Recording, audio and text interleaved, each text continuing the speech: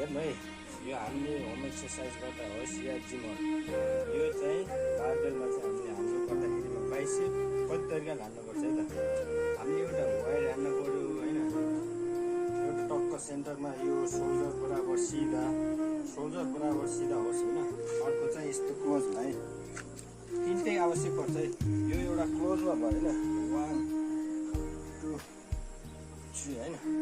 अनि त्यसपछि यो भयो चट्ट सोल्डर सिधा, बाइसेप सोल्डर यो 1 2 3।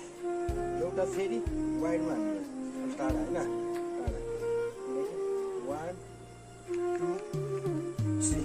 यो चाहिँ आफूले सक्दो वेट चट्ट मिलाएर हाल्नु होला है, किनकि हाम्रो बाइसेपको यो पार्ट हुन्छ नि, भित्र सेन्टर बाहिर पनि देखाउनु पऱ्यो।